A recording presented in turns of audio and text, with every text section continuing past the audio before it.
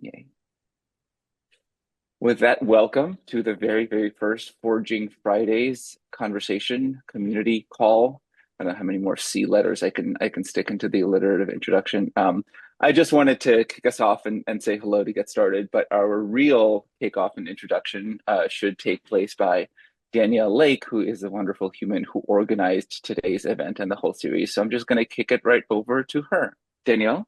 Yes, thank you. I'm so incredibly excited and honored to have you all here. So many friends and colleagues from like across worlds, and to bring hopefully some new people into this work. And I'm just going to say a little bit about how we imagined this time together, if that's okay. So I'm going to share my screen if we can pop this up. But I'm really honored to co-host this with the Future of Design in Higher Ed. And it's inspired by a book club series that we had the honor of doing last year and the Design Forge conference that I oversee every year. It's one of only a couple of things they said I had to do when I come here. When I came to Elon, and I said, "Oh no!" And overseeing a conference is a lot of work, but bringing people together in this way is another way to connect that I think matters and is valuable. And so, really, this got started back in 2018. We had a small conference here located in North Carolina in the United States, always around design, equity centered design issues, as you can see across the years, with different kinds of themes that have emerged. Last year, with the theme of relational design. And this is for anyone interested in these topics to get together to support one another and to cultivate the kind of relational design practices that we want to live into, to practice these strategies with each other and to activate them. I've noticed as we do this work more and more, sometimes it's hard to reserve time for really reading and living what we're learning to learn in the way we want to. And so the vision is that we each just come with our own practices, willing to share our stories and strategies and learn from one another. And my hope is that we leave with resources and ideas and relationships that matter to us, that enhance our ability to live in the worlds we want to see. And I'm really honored to be able to introduce actually John Sorelli, who's going to introduce our first Forging Fridays facilitator. John Sorelli is the student director of the Center for Design Thinking here at Elon University, and he's going to introduce our first session. Thank you, Danielle. Yes, I had the pleasure of introducing Dr. Michal Osterweil. She's an associate professor at the University of North Carolina at Chapel Hill, and she's also the co-author of Relationality, an Emergent Politics of Life Beyond the Human.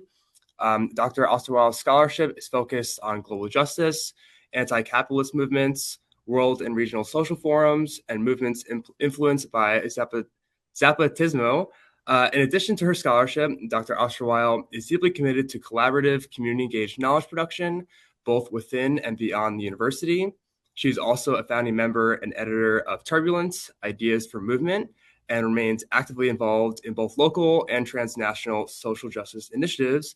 So, Dr. Osterweil, I'll hand it over to you.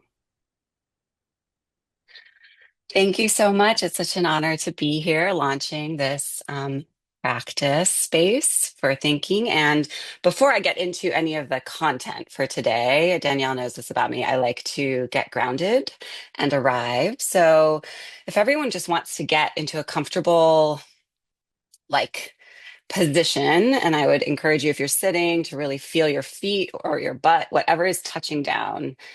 And as I was preparing notes for today, right, there's the abstract you write months ago, and then there's like, what's up right now, and how can I meet this moment? Because that's, I mean, at the core of the book and of the principles of relationality and the sort of problem set that we're going to kind of interrogate today as design is, right, like it's contingent on the moment. Like there's never the same. It's never the same. So I'm going to invite you to find your feet, your butt, whatever is touching down, really let it be down. And if your hands are up, I would invite you to put them either on the desk in front of you or on your chest and belly or on your thighs. And if you will, turn inwards for a moment. Just close your eyes. Closing eyes doesn't feel good. Then just lower your gaze, let those eyes blur. And one of the things we're going to be talking about is the limit of concept. And one of the places that's been really nourishing for me lately is music. So I'm going to play a bit of one from a piece that's been really, yeah, helpful to me recently, but we won't play the whole thing. Just be with it and keep breathing. know it feels like you won't get through this. I know it feels like you might not make it back. I know it feels like there's nothing else to lose. Maybe there's not. Maybe there's not.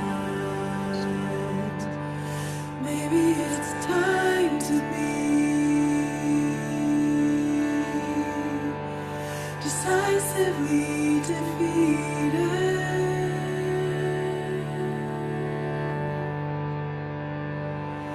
Maybe it's time to be decisively defeated.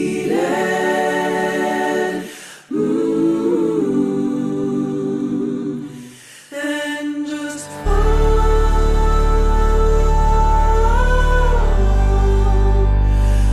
into the arms of grace. And you could just check in. Are you feeling any emotions? I feel a lot of grief in my heart right now. And just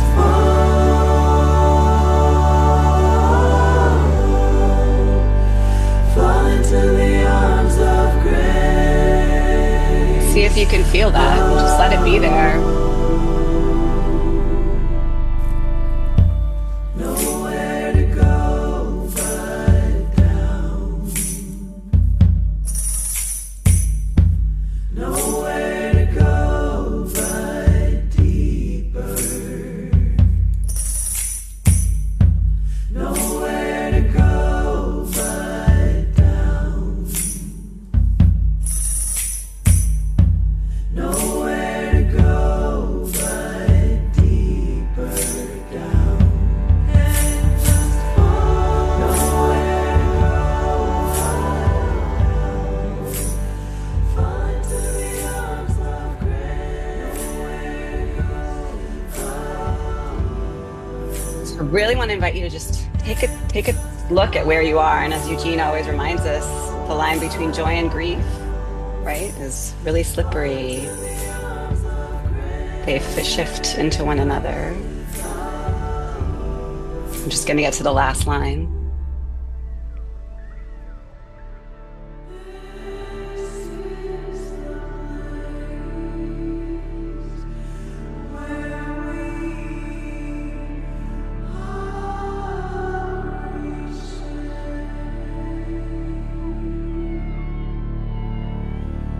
This is the place where we are reshaped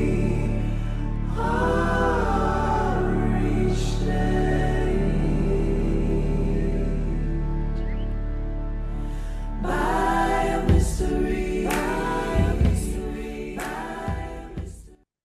All right. So we're taking a little longer than I thought. There are two versions of the song, and this one was a little longer. So yeah, I'm just going to invite you to just be with that for a moment. And I'm going to repeat some of the core lines because I just want to do a check-in real quick about how this lands for you. Maybe it's time to be decisively defeated and just fall into the arms of grace.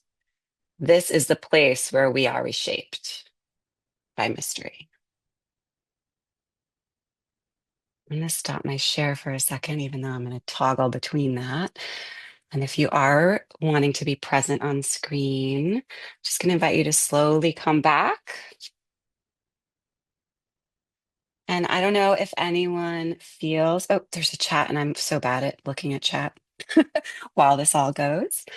Yeah, if anyone feels to either raise their hand and speak into the room, like how that song lands for you and how you're arriving today from this place of potentially being decisively defeated. It's an offering as we look at the world around us right now. You know, it's hard. It's hard at moments. And one of the hopes of the book, or the toolkit that the book is trying to enable the way of seeing the story of relationality, is how do we be from wherever we are not wishing to be anywhere else necessarily. So yeah, just an invitation. And this is also my way of gauging, right? Like, where are we today? So you can also say, I've shared this song with a lot of people, and several of them really don't like the phrase. So that is totally fine as well.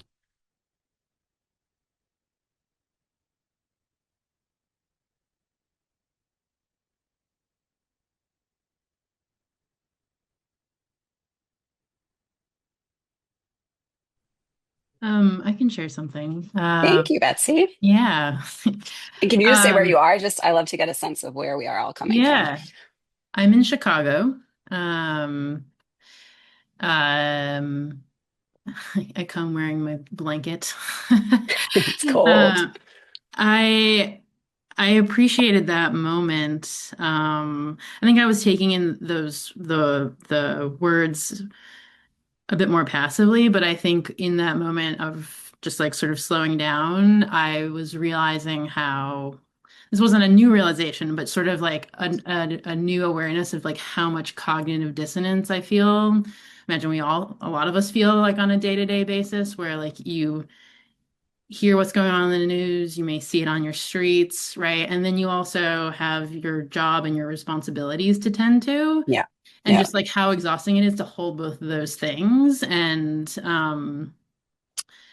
but in that moment during that song I kind of felt like the dissonance went away, like I also felt grief. Mm, um um I felt deep sadness. But also there was like a peace in like not having that dissonance because it was just like sort of yeah. being present with those feelings and not like sort of trying Yes. to push them aside to get your task list done or whatever. So I found it a very like calming minute or two there.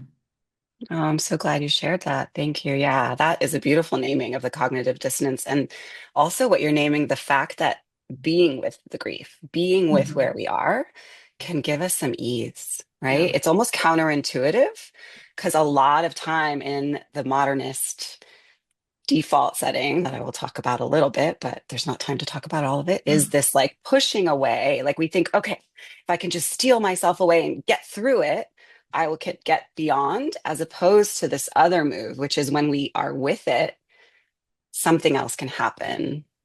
Yeah. So really, thank you for naming that. That was beautiful. Anyone else completely different experience or similar? Anyone else just want to get another voice or two in there? I know we don't know each other and it's kind of vulnerable, but if anyone was willing.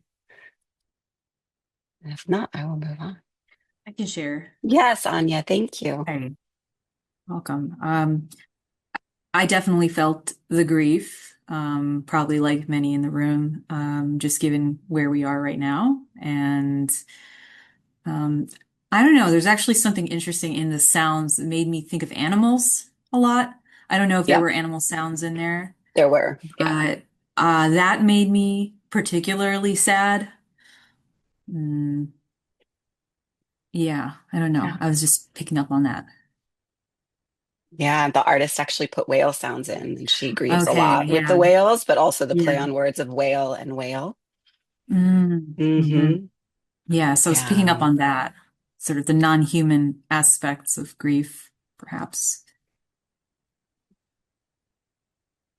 Yeah, thank you for naming that. And yeah, I mean, beyond what we see happening maybe on the streets of Minneapolis and Gaza, like there's so many sites for the grief, right? Like the ongoing grief for what we have done, what we are doing to our animal kin, non-human. Thank you for naming that and bringing that in, right? Because part of the story of relationality is the recognition that although the modern story has made us like kind of erase our interdependence with all those things, like literally, we depend on the whales, literally. And to remind ourselves of that and to feel that is profound and sometimes can feel overwhelming. But I think, Absolutely. yeah. Sorry, I didn't want to go Also, over you. Did you want to say more? no, I just wanted to say that I'm in Lexington, Kentucky, since you were curious about where Yes, no, people. thank you. Yeah. Thank you for saying that. Mhm. Yeah, I just want to honor James explaining this idea of teach often feeling on the edge of an emotional breakdown right before class or work. I completely relate to that. And actually, I'll just name that the artist for this song, Alexandra Burke, like that is one of her main from the people of Burkina Faso. Or she learned it from, not directly, but this is the way, the story that I only recently learned, even though I've known of this grief work and some of her, Frances Weller, who wrote The Wild Edge of Sorrow and a lot of other great things and has done a lot of important work, that the grief work was sent to the United States and Europe intentionally by the elders of the Gara people in Burkina Faso, because when they, in their practice of meeting with forces bigger than themselves, address the pain is you need to give Westerners grief work back the capacity to be with grief. That was the answer. It wasn't like in addition, like that was the tool. And I will just say that for me, getting to grief as one of the main portals to relationality, which is what we're hoping to talk about today, and we're trying getting to portals, that was a discovery along the way of the writing of the book, even though in some way someone said I'm inspired by the Zapatistas and I've considered them some of my greatest teachers. Like I found a complete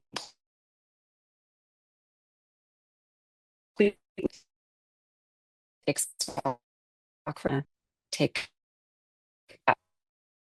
okay, I'll just say briefly the Zapatistas are Mexico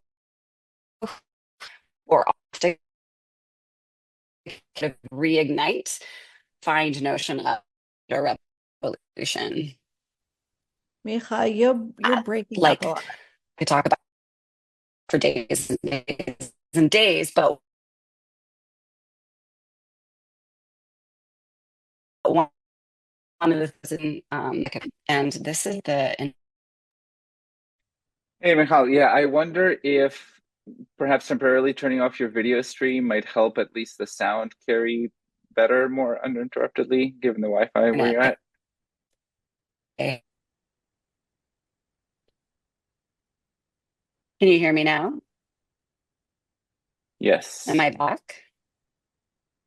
Yes. I wonder if turning off the Hello? video at least temporarily to let the bandwidth kind of find itself Hear for a me? moment might work. Yes. Okay.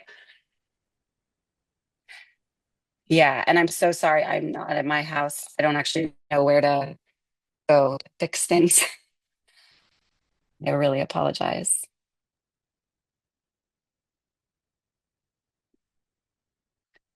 Eugene, can you give me a thumbs up if it seems to be stabilizing? On my end, you sound better now. Yeah. Better? Okay. I apologize. Can you tell me where I was cutting out, like where I started to be choppy? Or was it this whole time? I would say last like 2 minutes, maybe. I Okay. agree. All right. Yeah. Yeah. Okay. And I'm so sorry, y'all. I really apologize. Technology, man. It's not my strong suit. So I was talking about the Zapatistas and just that one of the things that they're known for is sort of like re-envisioning Marxism, right? From an indigenous perspective, but not just an indigenous perspective, an indigenous coming into conversation or even collision with modern leftist movements. But what I found in the research for this book is a book called Autonomy is in the Heart. And they literally name the heart as the organ that allowed them to create this really, really radical and revolutionary project. And that has been sort of cut out of a lot of ways. You're cutting out a little bit again, and it might be valuable to turn your video off. Conveyed to the rest of the world. Eugene, am I sounding okay? I'll try that. I apologize. Yes. Yeah. So as How Danielle about said, this? Is that better? yes. Yes. Maybe we try this Do you for think a that I little while. sound better? Oh my God, I feel terrible about Yes. this because I have slides and everything. Um, But I've not actually had this slide share happen. might work better than Okay. your video stream because I Okay. think it usually takes less space. Okay, I am so sorry, y'all. Again, I have not had to do a presentation here. I should have tried out things before. So I'm just going to read a quote for them that I was going to arrive at, but just because we started here and grief is up for me as well. Hi, Victor. Just seeing you on the screen. They write, there was so much pain in our heart. Our sadness and death were so much that they no longer fit. Our pain and sadness were so big, they no longer fit in the heart of a few, and it began overflowing and began filling other hearts with pain and sadness. At base, single heart that became the sort of motor for the Zapatista movement. Right. So I think that I was actually going to arrive at grief towards the end. One of the possibilities of portal actually like check in and with us about what our grief practices are. I'm freezing.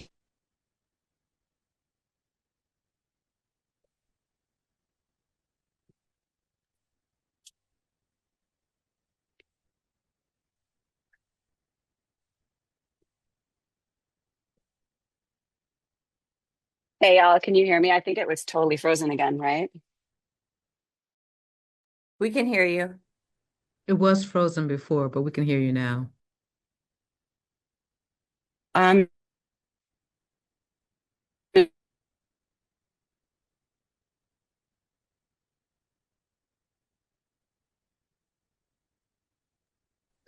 I'm just trying to move to somewhere else in this house to see if it's better somewhere else, but I don't know if that's going to work. Can you hear me better? Yes. Okay, I'm going to try it from up here. There might be a lot of traffic. I don't know. Yeah, this is just where we are today. It's all relational. Okay. Is it much better or is it just still kind of edgy? Much better, James says. Thank you. I appreciate the feedback. Okay. I am just going to try and get myself situated and I'm going to turn on my slideshow just to give myself an anchor point since I just got a little derailed by that process. So let me know, can you see these slides? Yes. Yeah, great. Okay, let's try it like that. And then I'm just gonna go through this a little bit, but just to name that one of the things I want us to explore today and the goal that I had for this session, as opposed to just like a book presentation, and we're already at 11:25 with me trying. Okay, someone has a hand raised, so I can't see very well. So if someone, Eugene, do you want to just facilitate if people have hands raised? Because I'm happy to be interrupted, especially if it might be logistical. Sure. I think that was just a thumbs up from somebody Okay, rather than a hand great. raise. I So thought yeah, I all saw a good. hand raised. Okay. Yeah. Yeah. So, what I was trying to get to is there was this really central concept in the book that is called slippages. And I don't know how many people have already read the book. I saw a couple faces that I know were at the book club. But one of the things that I don't ever get to explore really is like the actualization of exploring if that concept makes sense, right? What are we talking about with slippages? And also what where do these live in our lives? And one of the reasons that I say this is because as opposed to, so part of the book is about moving out from the story of modernity, which is an ontologically dualist story, to what we call the story of relationality. And I'm just going to skip ahead for a second and then go back. This quote is a really useful quote for one of the best definitions of interdependence that we found. My transition, I've like misplaced all my notes. So just kind of fly by the seat of my pants here. Yeah, so one of the things that the book is about is how do we move from the ontologically dualist story of modernity to the relational story. And one of the things that surprised us as we wrote our book was that as much as we wanted to write about relationality, right, to explain how all life is interrelated and we are all caught up in an inescapable network of mutuality, what we ended up spending as much or more time on was puzzling through the challenge of moving between these stories of life, from the ontologically dualist modern story to relational ones. Because our very forms of imagining change are currently still colonized by the particular story or ontology of modernity, including its narrative forms. So the notion of slippage kind of arose in the process of writing the book as a way of describing what is happening when we sort of many social movements and activist projects we found approach an experience of relationality where the fact of all life being interrelated and interdependent seems very obvious. But then time and time again, we sort of slip back into the modernist ontology or the modernist story in which those activist practices now look like failures, now look like something that the state can just step all over. And even within our own groups, we start to say that we have failed or we didn't win. Does that make sense? So my internet just stuck again.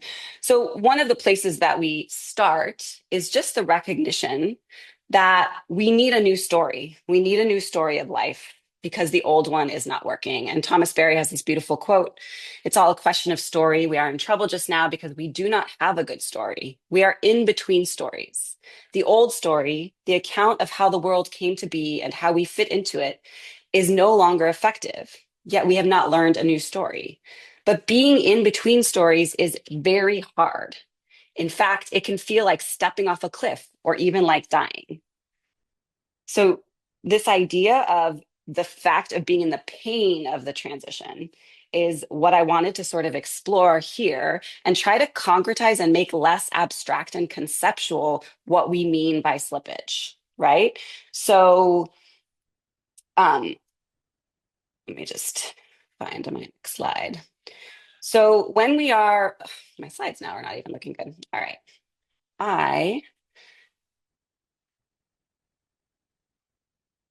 I'm having trouble because there's a lot of noise where I am. I really apologize, everyone. This is not my normal experience of things. So I'm going to put myself back for a second. Can I just get a sense of how many people were familiar with the book, just so I can understand where we're starting from?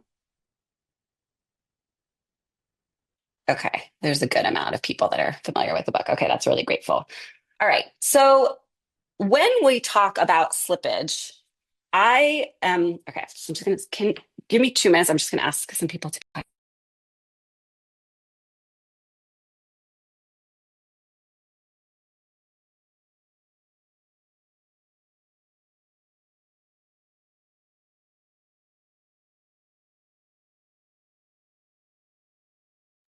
I'm really sorry. This is embarrassing. All right.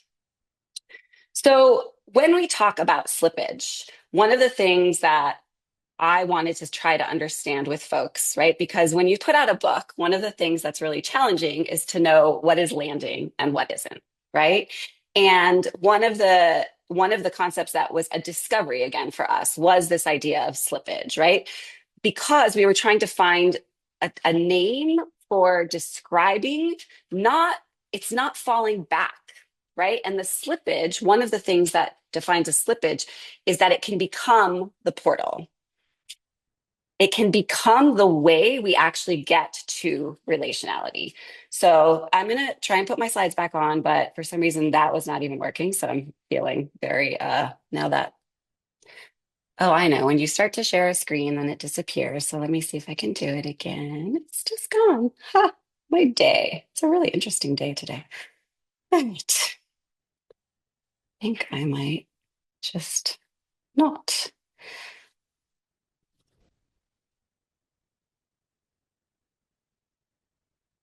So thanks. My daughter tried to help get people quiet. So, all right. We'll go to this one and we will see if we can get there. All right. All right. So the book describes 4 major slippages that cause analysts and activists to miss what was really transformative. And those include misunderstanding the goal of social movements as a result of a narrow notion of failure and success, folding difference back into a dualist worldview, which can include, right, like the following 2: reenacting a dualism between the individual and the collective, and holding the need to identify good versus bad. And what's really fascinating is that these slippages happen subtly and almost inevitably. we think we're operating from relationality or a progressive lens, but then we land quickly back within modernist dualisms, keeping us trapped in a violent old story and unclear why we are still there. So I wanted to actually spend a couple of our time together, even though I'm used most of our time, to just give a couple of examples. And then the idea that we had when we designed this was that we could explore whether that we can find any of these slippages in our own work and in our own lives. All right. So when I talk about the individual versus collective dualism, one of the things that we found, right, is we can all recognize that one of the most like stubborn fictions of our modern story, our modern ontology, is the idea of the autonomous individuals, right? And so social movements have long been opposed to the notion of the individual, and they promote its supposed opposite, which is prioritizing the collective. However, often, while it's supposed to be a political alternative, when you oppose the collective to the individual in a normative or prescriptive manner, we fall back into a dualism, prioritizing like the collective instead of the individual. So we see individuals as intrinsically existent, uncaused natural units, which then we oppose to the collective, which then becomes a simple aggregate of these disembedded individuals. And perhaps, and this is maybe not surprising, that one that is opposed to the freedom of said individuals. So I think that one of the ways that this plays out is people like suppressing their individual desires. Self-care can fall on the wayside, right? When we're in groups and we're trying to do for the collective, when we're trying to be good and help the collective and not, right? But what ends up happening is that a lot of unprocessed resentment, anger, and dysfunction can emerge. And one of the things that we found is that there are a lot of indigenous intellectuals, and the ones that I'm calling are indigenous from the Americas, but they offer a different view of the collective. They say that the most important thing that each of us can know is our unique gift and how to use it in the world. Individuality is cherished and nurtured because in order for the whole to flourish, each of us has to be strong in who we are and carry our gifts with conviction so they can be shared with others. So indigenous communitarian formations don't suppress personal expression, nor are they like homogenous, right? So one of the things that we want to do is recognize those places where we find those oppositions in our own work and undo them. The next one, and maybe I should have just done this given our time, but I'm, working with my own derailment here, is the centrality of something that we can talk about as political realism, right?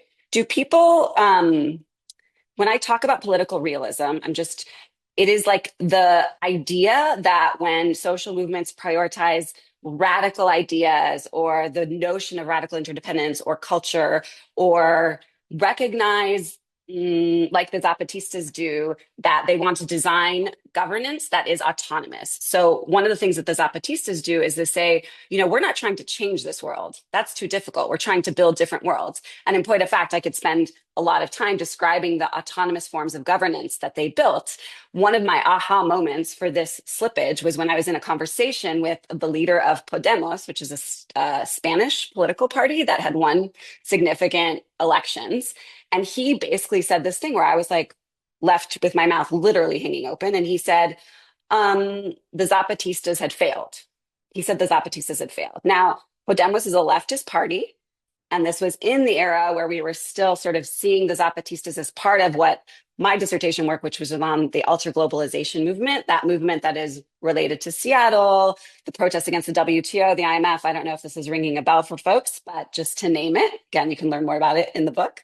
But when he said that, I was just like, how can you say the Zapatistas failed?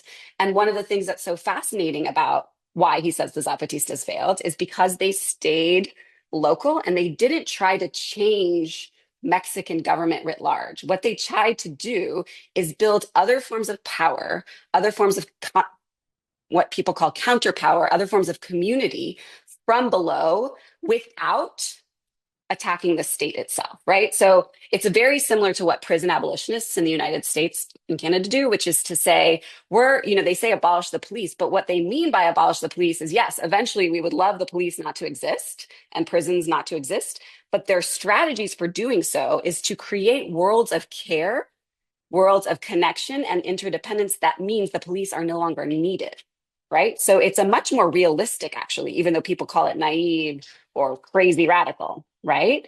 So partly what we're doing is shifting the notion of what political realism is. But what I'm talking here in terms of the slippage, right, is the slippage is to condemn the movements for being politically naive, right?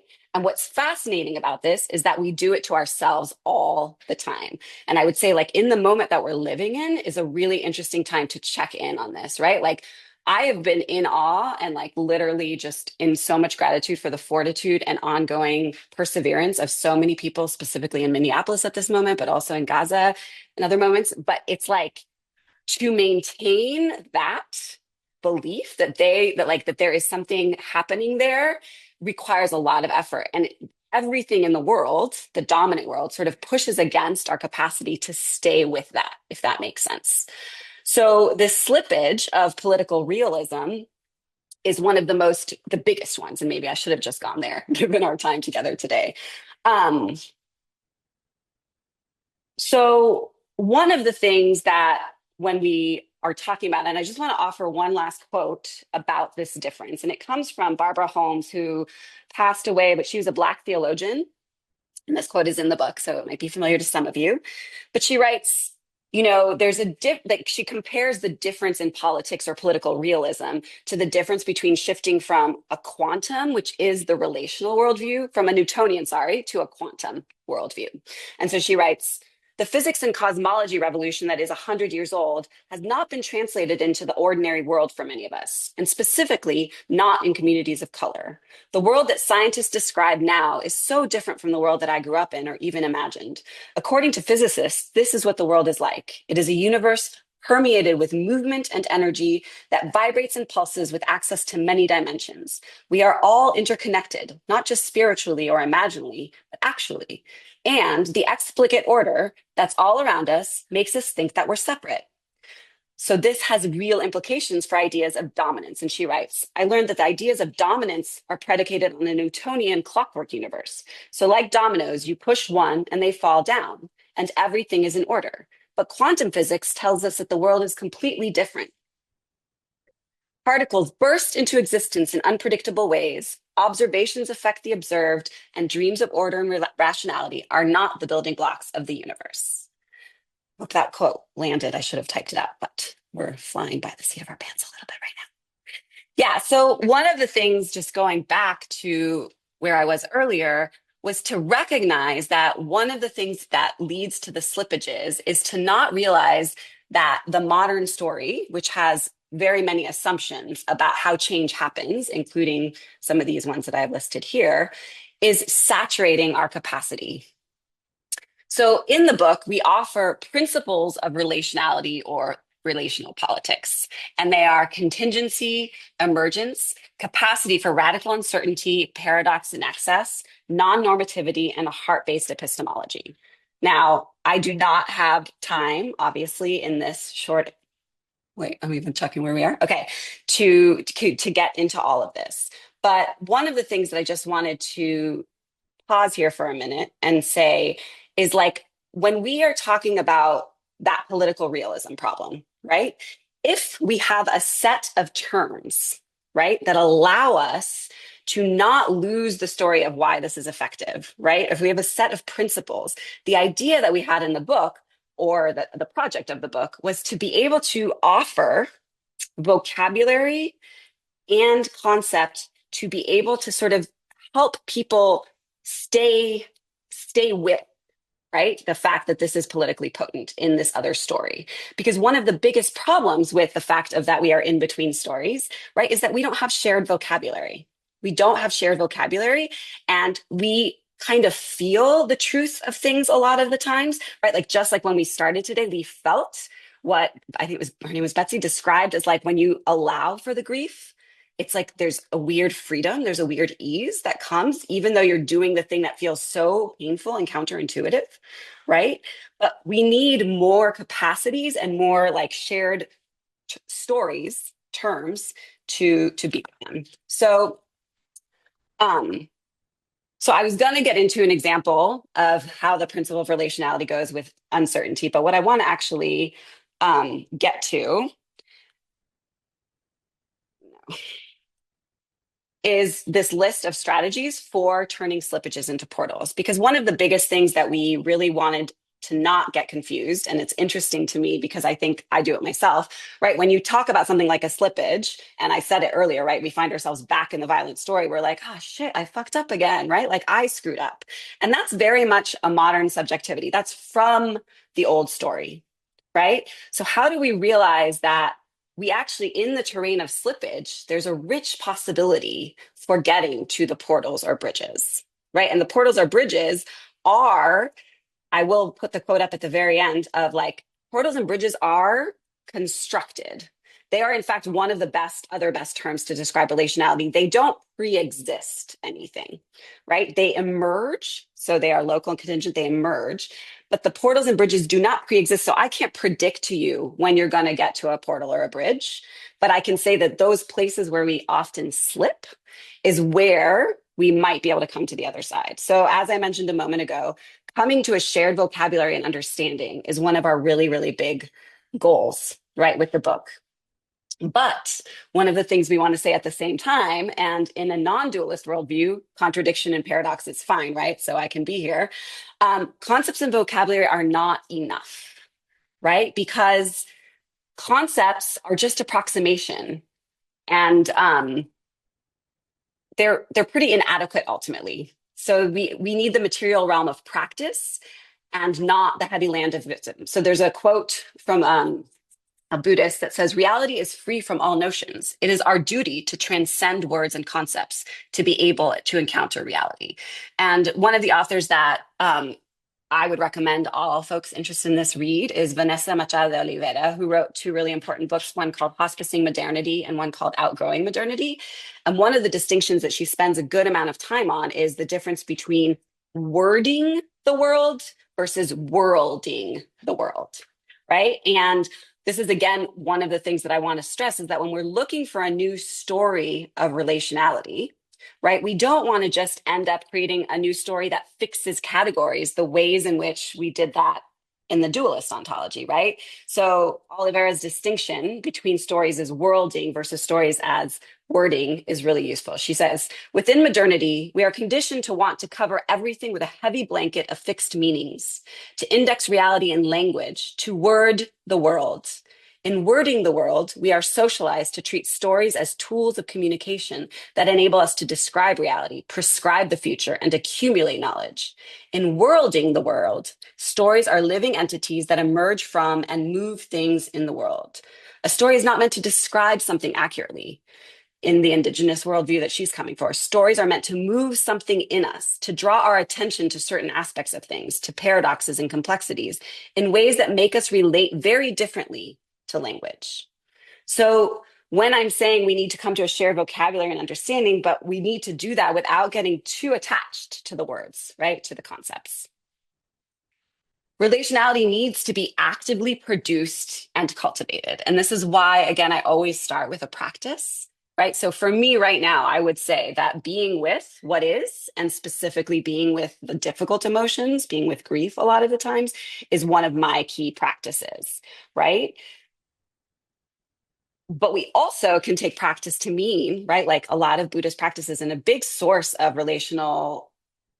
relational tools that we offer in our book come from non-dualist or Buddhist and other spiritual practices, right? And so one of the things that all Buddhists will tell you is that you need to practice, right? You need to practice to cultivate the skills and capacity. And one of the main skills of capacity is to be able to stay in the indeterminacy and uncertainty of things, right? And one of the things I was listening to a podcast the other day for class, and one of the things that they remind me is like, we have a sense that we have fear around uncertainty, but actually uncertainty means things could get better, right? Like uncertainty means we don't know that miracles are possible, or not just miracles, that things that are unexpected can be. So rather than a site for fear, which is what the modernist ontology, and I think a lot of what we are going through right now has to do with, uncertainty can actually be a place for wonder and awe, right? If we train ourselves also with the recognition that in reality, all things are uncertain,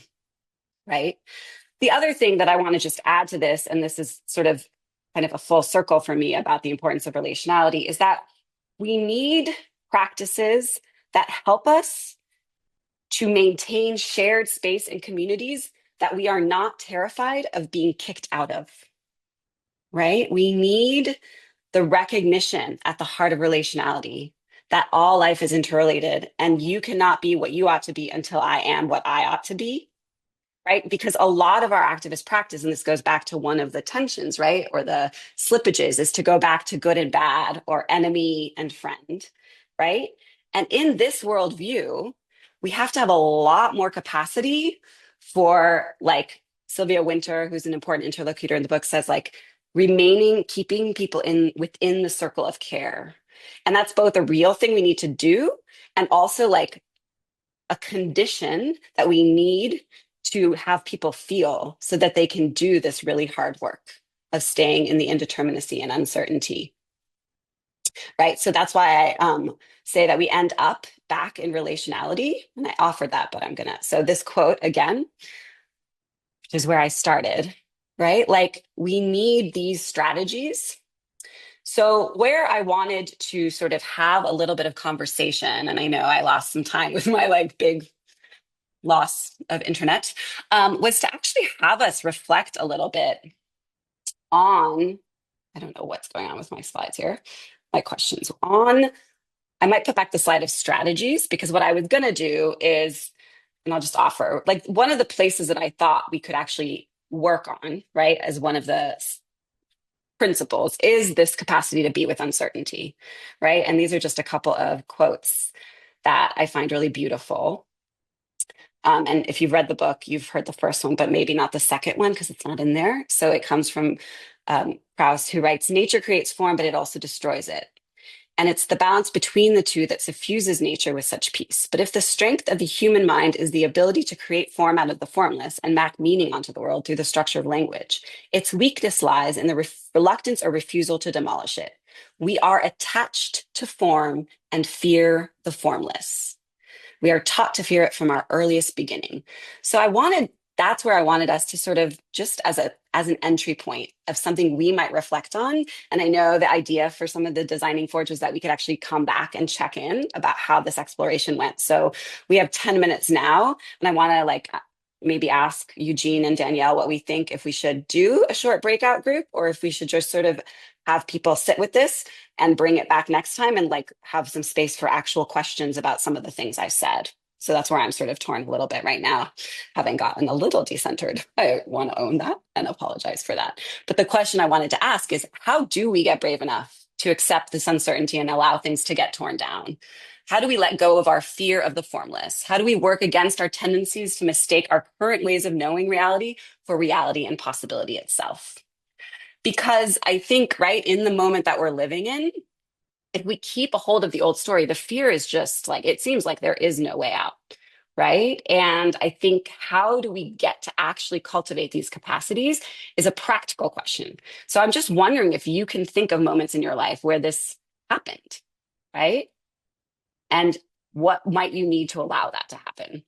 Or we can reflect also on the strategies. But I think, yeah, I want to open it up to Danielle or Eugene to like help me with the like practical side of this. Should we just open it up for questions? Because I know I said a lot when I finally got rolling again. Or we could just have some time for reflection. Really, your call. If you'd like, we can open up breakout rooms for about 5 minutes and then bring folks together, or we can just keep all here. It's totally your. I mean, Danielle, if you have any opinions, feel free to weigh in. I'm I happy agree to. either way. We have a lot of incredible people on the call that might want to ask questions or have examples and Yeah, that's why responses. I'm And I like, would love to yeah. hear anyone's thoughts about examples and stories of how this has happened for them. Or if you have practices for being with the formless, that would be really great. So Marion is voting for no Marion breakout. votes for That's what no I'm kind of breakout leading rooms, to. and in the absence I'm of leaning other towards that. votes, Yeah. Marion carries the day. Awesome. So I guess what I would love is to just, open it up to questions. Victor agrees. I agree too. Actually, I was about to say it before Marion even said it. So I'm glad to be seconded and thirded, or to be the one seconding or thirding. So I would love to stop sharing. I know I have some slides here, so I wish there was a way, because I really want to see the screen again is what I'm leaning towards. So, and be open to questions or comments. This is obviously my first time giving this particular presentation. It has some kinks, so May I comment? May I comment? please, Yeah, my name is please. Sharon Alker. I live in Walla Walla, Washington, at Whitman College, Yeah. Little Eastern Washington College. So I teach literature, and Yes. one of the problems that we're having, as you all know, is not less people are studying the humanities, and to me this seems part of the issue. So every single day I teach ambiguity. That's my job. Is Right. that I spend an hour today talking about the ambiguity of 3 different poems, and so my students are very comfortable with ambiguity, but I think you'll find that when I get science students or social science students, they're not as comfortable. So I just feel that trying to promote more of the study of the humanities might actually help be comfortable with ambiguity. That's a beautiful point. Very practical. I love it. Anyone else have any thoughts or questions or pushbacks? I'm open to it all. Yes, Marion. So the comment actually that was just made makes me think of I don't think of myself as a designer by training, but rather I'm in a design context. Okay. And there is a quote which I think the designers will know better than I that says that design is redesign, design is social, and Yep. design is sitting with ambiguity and uncertainty. So I always feel like design is very fertile ground for the things that you are exploring because it's part of the ecosystem. Yes, thank you for naming that. And I also am not a designer by training. I have gotten into design work through this kind of work. So, because it does feel like that is fertile ground and receptive. So, that's really well said. And what's so interesting is in the book series, the book editors were like trying to write against design, which is interesting. They were in design. So, it's like, it's that, yeah, within we can find the deepest critiques. But yes, I really agree with that. Thank you, Marian. Anyone else have questions or thoughts, comments, experiences that they would like to share?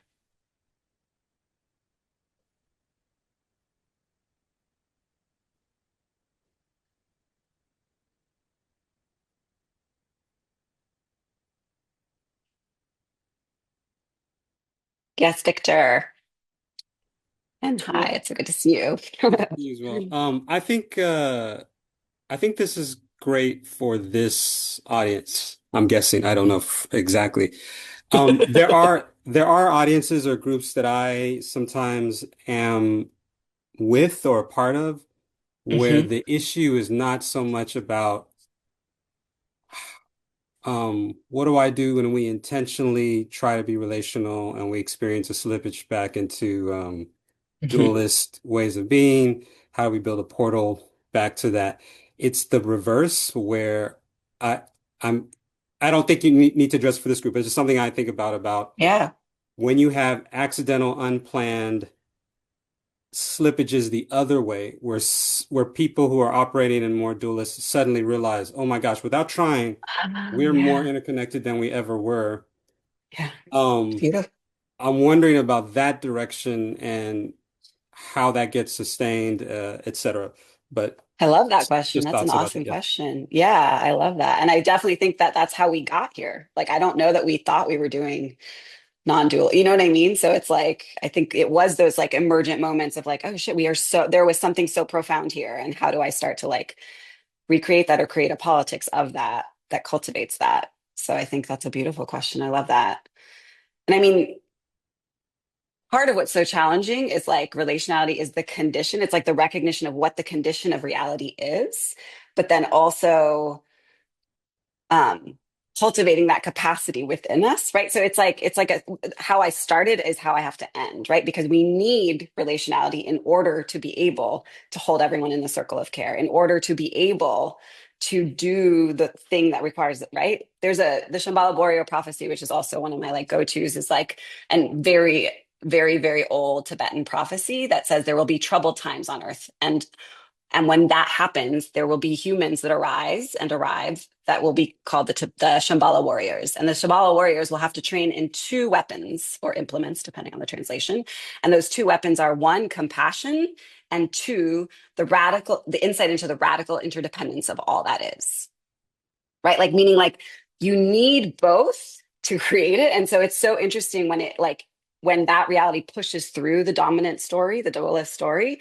And so how do we find mechanisms for that story to catch? And I think part of what our hope is, right? If more of us are living in relationality or with a consciousness that that story is coexisting, because that's the other piece, is there's no diluting ourselves. Like Steve Miller you read his words and he's like, we are a world of might against might makes right. And like looking at that language, right? And how it's worlding a world of like the opposite of what we're talking about here, right? So like how do we give people resources? Because I think part of what's also happening is people are like, yeah, I actually I don't want that world. I think that despite what's happening on the surface, like I think internally there is going to be a breakdown of that. Maybe that's my wishful thinking.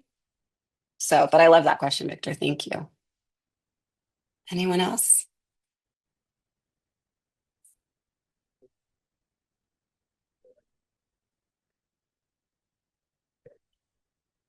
All right. Well, I want to leave it to Eugene and Danielle to wrap up, but I guess in the spirit of what Danielle had envisioned is my understanding, so that we will be regrouping in a month and it will not be my whole hour. So you won't have to, but at the beginning, just to check in and see how some of these questions, or like if we noticed ourselves slipping, catching, or the opposite, like what Victor just said, like I would just love some, like if people can track that and share, right? Because I think, again, I see this with my students all the time. When they're in the class about this material, they're like, yeah, yeah, yeah. And then they leave either because they graduate or they're taking other classes. And then it's like the dominant story, business as usual, just like recolonizes everything, right? So, like coming up with strategies, like practical practices and strategies that we can share these is like one of the things I'm really curious about, sort of selfishly, but also I thought it would be a cool experiment for us to see how this might live out in a month of just paying some attention to it without like a lot of pressure. Thank you so much. I'm so grateful to get the chance to think about these questions and ideas and think about how we can live them. What's really different about the way we design this as well is that Michal will be coming back next month so we can ask those questions. We can practice some of this work. We can explore that with her for the first few minutes. And then Leslie and Noel is going to be talking to us about creating social change and trying to provide actionable strategies. How do we leverage the insights that she's learned into our lives, professionally, personally, as people in this world? And then in March, Haley Fitzpatrick will be talking to us about engaging in pluralist ways.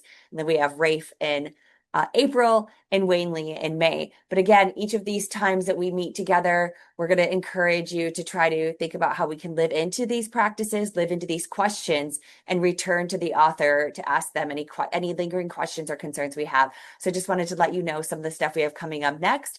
And we would also love your feedback on other kinds of topics and ideas, other strategies that you would love time to wrestle with, or people you would love to hear from. And we would love to bring them to our group and our community to have future conversations that matter to the kind of design world we're trying to create. So other than that, I just want to say thank you. Thank you Thank you, all for everybody. this. Thank you. And Thanks, apologies Michal. See you all again next for time. my technology. Thank you. Thanks, friends. Bye.